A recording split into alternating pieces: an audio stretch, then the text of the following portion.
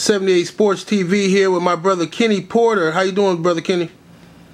I'm doing well, thank you very much. All right, man. So let's clear up some things. The last interview we did was a little audio quality wasn't that good. So let's give you an opportunity to clear up what happened with the drug testing for Shawn Porter and Kell Brook, because there are a lot of misconceptions out there. The fans, some fans, especially in the UK, seem to believe that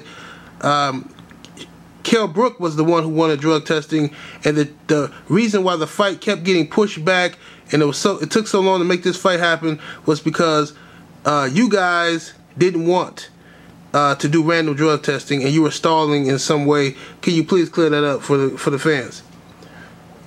Well, first of all, I initiated the random drug testing. I asked for the random drug testing not only in the Kell Brook fight, but I asked for the random drug testing in the Paulie Malignaggi fight and the Devin Alexander fight.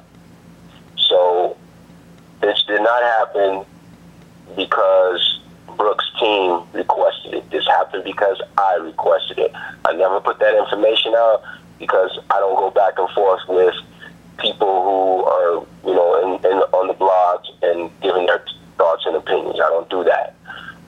Second of all, as far as the dates and times, these people that are on the blogs, they don't know anything about the business of boxing. If they knew the business of boxing, they would know that the network has certain days that are already locked in. Certain promoters already have those days. Not only that, other venues may have other things going on. It could be basketball, it could be other sports going on. So there's a lot of things that come into play when you get ready to put on a big fight. And it's not all about, hey, they said they want it done by this date. Okay, if that date isn't open at this particular venue or that particular venue, or let's say a situation like the show that's going on tomorrow night in New York, they wanted predominantly New York fighters and East Coast fighters to fill the show so that they could get the draw from those type of fans. That was a business decision on Golden Boy's part. I have absolutely nothing to do with that. Okay. I was checking out some of the training footage of Shawn, and he looks pretty good. I saw that in one of the videos you took a couple of jabs at Kell Brook, saying that how he's been a pro for 10 years, and could you go into that? Oh yeah, I think it's a very valid question. The question was, and the question is, if you have been a professional fighter for 10 years and you've had multiple opportunities to fight for a world title, why haven't you taken those opportunities and perform to the fullest of your abilities?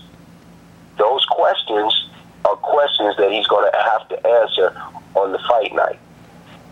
And I also said at that time, there's no way I would have trained Shawn for 10 years as a professional and not put him in a world championship fight. If he hadn't been in a world championship fight in a reasonable amount of time, I would have told him that he needed to do something else with his life, because it's not meant for you, I, or anyone else to box and get hit for 10 years and not get to the peak level of your performance. That's not a good thing. The only other thing I can guess about that is even fighting clean puffs. Okay.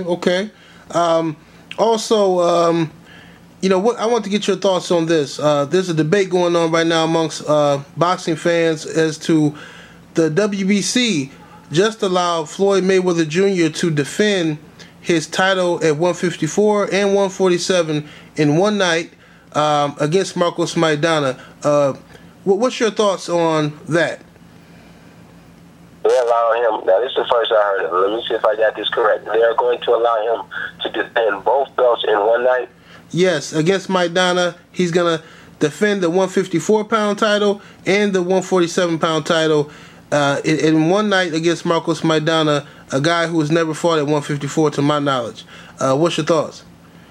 I think it's utterly ridiculous. There is no company, Fortune 500 company in corporate America that would allow the CEO to get 2 paychecks in one day or one night or in one pay period for doing the same amount of work. I mean, that's ridiculous. Yeah. You know, that's utterly ridiculous that they would allow him to do something like that. It's a bunch of BS right there. Right, and it's also going to satisfy a mandatory. That's going to count as a mandatory title defense at 154 by fighting a welterweight, and that leaves guys like Demetrius Andrade and other guys who have titles at 154. They won't get an opportunity to have a unification bout with Floyd Mayweather at that weight because he's fighting and defending that title at 147. Yeah, I agree. I think that's kind of ridiculous. You know, I don't understand why they would make a move like that. But the IBF, where Shawn is, seems to be handling business the right way. They don't have all these belts. You know, the other section of bodies have like 3 or 4 different belts, 3 or 4 different champions in the same weight class. Is just ridiculous. Interim, Intercontinental, World Champion, Super Champion, Diamond Belt Champion. How do you feel about the belts in boxing? Yeah, I think it's out of control. And I can't tell you who, what, when, or where, but, you know, there needs to be a national governing body. There needs to be rules and regulations that are uniform for the entire, you know, United States. At least for the entire United States of America, everyone needs to be following the same guidelines. And this is the reason why we have so many bad situations in boxing that we look and say, well, how did that decision happen? It didn't, you know, it doesn't make sense. But it's because from top to bottom, there's no control. No one is putting a regulator on anyone. And so people are making up their rules as they go along. They're changing them as they go along. As far as Floyd fighting for 2 belts in one night, it's a bunch of BS, point blank and simple.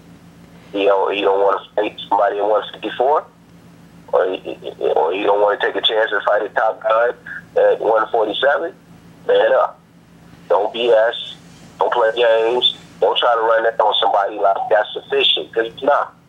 You know, and if I was, you know, a mandatory, if I had a fighter in a mandatory one of those weight classes for his belt, I would make some noise about it, you know?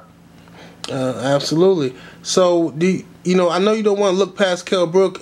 He's the first business that you guys have to deal with. But do you guys expect that after this Brook fight, should you be successful, do you expect that at that point you are now can no longer be denied a opportunity at a unification bout with either a Floyd Mayweather or a Manny Pacquiao? Well, you know, I would expect, you know, that we are going to go out and give 1,000%. We're going to go at this kid like he weighs 1,000 pounds. We're going to go at him like he's 6'6", and I expect my son to come out on top of that. You know, when that is over, when that business is done, we'll address the other business that would be there for us, you know, with, you know, a little bit of rest behind it, and we'll come back and we'll address, you know, what we should do, what the next move is, collectively as a team, and then bring that to the forefront to the public. But, you know, it's a goal to go after the other belts. The goal that we have set. It's something that, you know, we really working hard for. So, you know, here's our first, our second title defense, and another opportunity to put ourselves in that position to get that fight.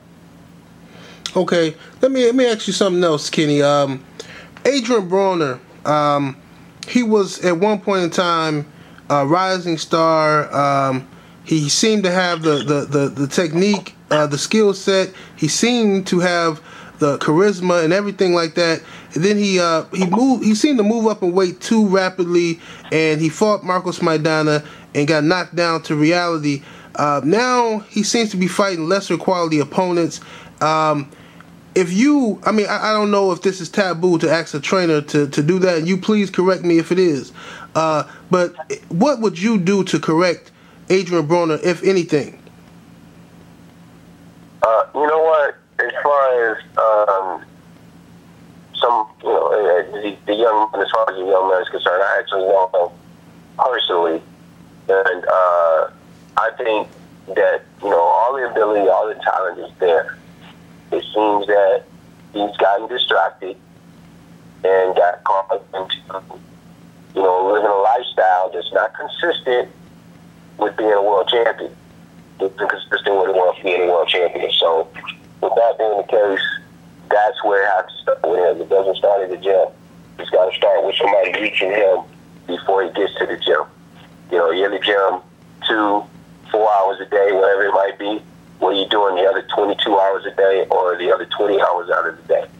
So that's where it has to start, and that's where I would start with it. Okay, so you think basically that he should probably live more of a fighter lifestyle? Oh, absolutely, but not just a fighter's lifestyle. So you got to live like an elite fighter, a world champion. You can't be just, living like a good fighter. You got to live like a great fighter. Right. You got to live like, a magnificent fighter, and you've got to carry yourself like that at all times. I don't think that's what's being done. Okay, what do you think of Bernard Hopkins at his age to be taking on Sergey Kovalev, the WBO heavyweight champion of the world? In a state of boxing where there's so much cherry picking and maneuvering, looking for easy opponents, for Bernard Hopkins to be at his age doing this and taking on these type of opponents, what does that say about Bernard? I think that Bernard is unbelievable. You can't measure what he's doing. You can't say, oh, he's not fast enough, or he's not strong enough, or he's not this or that, because the things that he's doing, it's innate and it's within him, and you can't, so no one can tell Bernard, the big point, no one can tell Bernard when it's time for him to stop. And he schooled a lot of young guys. You know it, I know it. A lot of young guys he take him to school.